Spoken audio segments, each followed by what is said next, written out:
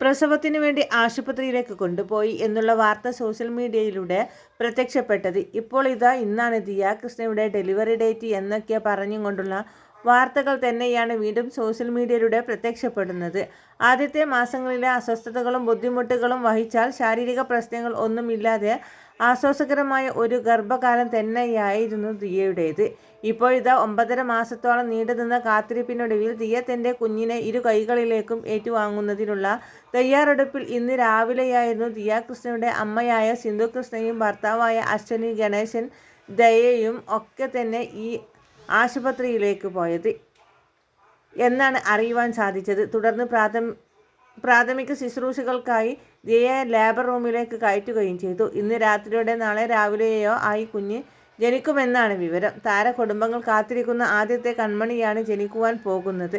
Social മീഡിയയിലൂടെ തൻ്റെ വിശേഷങ്ങളൊക്കെ തന്നെയും പങ്കുവെക്കാറുള്ള താരപുത്രി തൻ്റെ ഗർഭകാലവും ആഘോഷമാക്കിയതിൻ്റെ വിശേഷങ്ങളൊക്കെ തന്നെയും സോഷ്യൽ മീഡിയയിലൂടെ വെക്കാറുണ്ട്.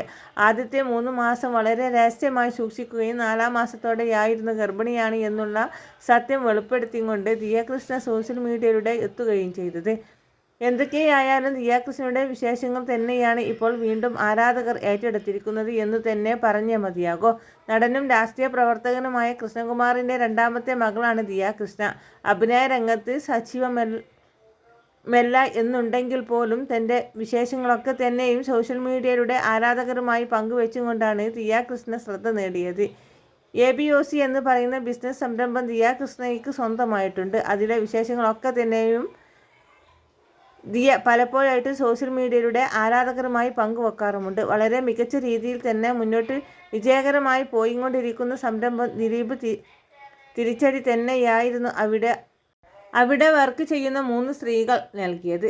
68 ലക്ഷം രൂപയായിരുന്നു OBOC എന്ന ഇവിടെ വർക്ക് ചെയ്തിരുന്ന 3 സ്ത്രീകൾ 68 ലക്ഷം രൂപയോളമായിരുന്നു OBOC എന്ന ദിയ കൃഷ്ണയുടെ ബിസിനസ് സംരംഭത്തിൽ നിന്നും അവർ തട്ടിയെടുത്തത്. ഇതിൻ്റെ വാർത്തകളൊക്കെ തന്നെയും സോഷ്യൽ മീഡിയയിൽ നിറഞ്ഞു നിന്നിരുന്നു. പൂർണ്ണ ഗർഭിണിയായിരിക്കെ നിരവധി മാനസിക സമ്മർദ്ദങ്ങളോടെയാണ് ദിയ കൃഷ്ണ കടന്നുപോയത്. എന്നാൽ ആ സമയവും ദിയക്ക് താങ്ങും തണലുമായി നിന്നത് ഭർത്താവും കുടുംബവും അതുപോലെ തന്നെ അച്ഛനും അമ്മയും സഹോദരങ്ങളും തന്നെയായിരുന്നു. ഇന്നലെയായിരുന്നു 68 ലക്ഷം രൂപയോളം പണം മോഷ്ടിച്ചു എന്നും അവർക്ക് മുൻകൂർ ജാമ്യം നിഷേധിക്കുകയും ചെയ്തു എന്നുമുള്ള കോടതി വിധി പുറത്തു വരുന്നത്. ഇതിന് പിന്നാലെ കൃഷ്ണകുമാറിൻ്റെ മാധ്യമങ്ങളൊക്കെ തന്നെയും തിരയുകയായിരുന്നു.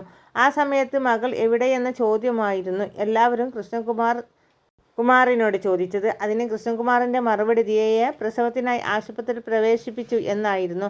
അങ്ങനെയാണ് ആ വിവരം സോഷ്യൽ മീഡിയയിലൂടെ പ്രത്യക്ഷപ്പെട്ടത് എന്നാണ് പിന്നീട് പുറം ലോകം അറിയുന്നത്. സത്യം പറഞ്ഞാൽ കൃഷ്ണകുമാർ മകളെ ആശുപത്രിയിലേക്ക് കൊണ്ടുപോയതായിരുന്നു എന്നാണ് മാത്രമേ പറഞ്ഞിട്ടുള്ളൂ എന്നുള്ളൂ.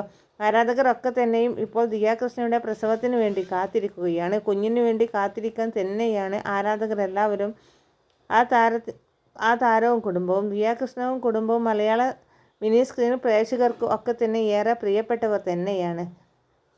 ദിയ കൃഷ്ണയുടെ കുഞ്ഞിന് വേണ്ടിയുള്ള കാത്തിരിപ്പിലാണ് ആരാധകരെല്ലാവരും.